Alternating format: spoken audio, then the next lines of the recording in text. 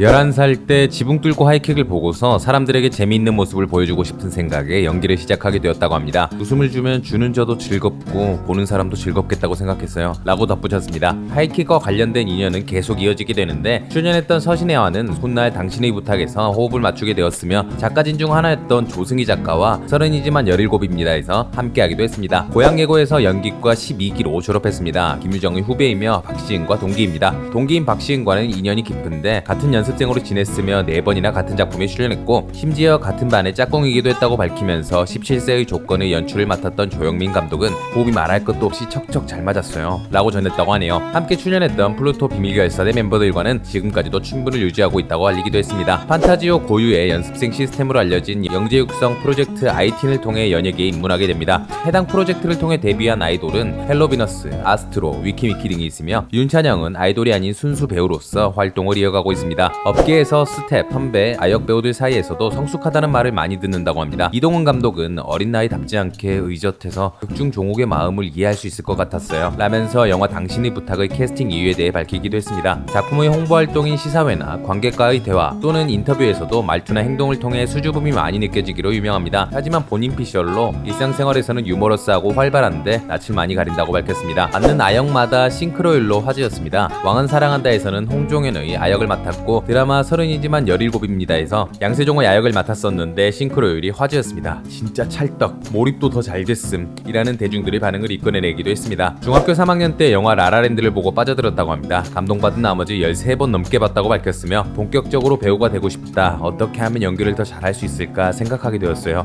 라면서 연습에 몰두했다고 합니다. 재개봉 당시에도 직접 가서 봤다고 하며, 해당 작품의 OST를 연주해서 SNS에 업로드하기도 했다고 하네요. 밤을 새서라도 해외 축구를 챙겨보는 편이라고 하며, 손흥민 선수의 자서전은 3회 정독했답니다. SNS에 축구와 관련된 게시물이 자주 올라오는 것으로 알려져 있고, 실제 축구 실력도 동료 배우들 사이에서는 출중하기로 유명한데 스스로도 자신이 있다고 합니다. 실제로 축구 선수와 배우 사이에서 엄청 고민했다고 밝혔는데, 지금까지도 축구에 대한 애정이 가득해 스타일리스트들이 축구 선수 할 거예요? 라면서 장난스레 잔소리를 하기도 한다고 하네요. 한 인터뷰에서 축구와 연기 중 선택하라는 질문에, 예전이었으면 고르지 못했을 텐데 이제는 연기예요. 축구는 스트레스 풀 때 친구들이랑 즐기는 걸로 만족하겠습니다 라고 밝혔습니다. 주로 듣는 음악은 힙합이라고 알려져 있고, 빈지노의 팬이라고 합니다. SNS를 살펴보면 IF 스튜디오 옷을 많이 입는 것으로 보여지는데, I've always been 의 약자로 항상 그래왔듯 앞으로 변함없이 라는 뜻으로 빈지노와 친구들이 런칭한 브랜드로 알려져 있습니다. 롤모델로 김수현을 꼽았습니다. 연기 스펙트럼이 정말 넓으세요. 무거운 역할, 경쾌한 역할, 도회적이면서 세련된 역할도 소화하시는 걸 보면 그에 따라 배역을 넘나드는 그 역량이 멋져요. 저 또한 수많은 모습을 연기해보고 싶어요 라고 전했습니다. 웹툰을 원작으로 한 학원 좀비물 지금 우리 학교는 에 주연을 맡았습니다. 대학 입시에 한창일 때 해당 작품의 오디션을 봤는데, 당시 윤찬영을 본 감독님은 최고의 배우가 될 거예요 라고 칭찬했다고 하며, 이에 대해 다음 기회에 보자는 격려의 말씀 정도로 들렸어요. 근데 그 말씀이 진심이셨더라고요 라면서 캐스팅 일화를 전했습니다. 최근 한 라디오에서는 오징어 게임의 월드 기록을 넘을 것 같냐는 질문에 기대가 있다고 밝히면서 자신감을 드러내기도 했다고 하네요. 보통 아역 이미지를 벗기 위해 많이 고민한다고 하는데, 그때그때 맡은 것에 집중하고 싶어요. 성인이 돼서 느끼는 게 다를 테고 자연스럽게 연기에도 묻어나지 않을까요? 매일은 아니지만 생각날 때마다 일기를 쓰고 있어요.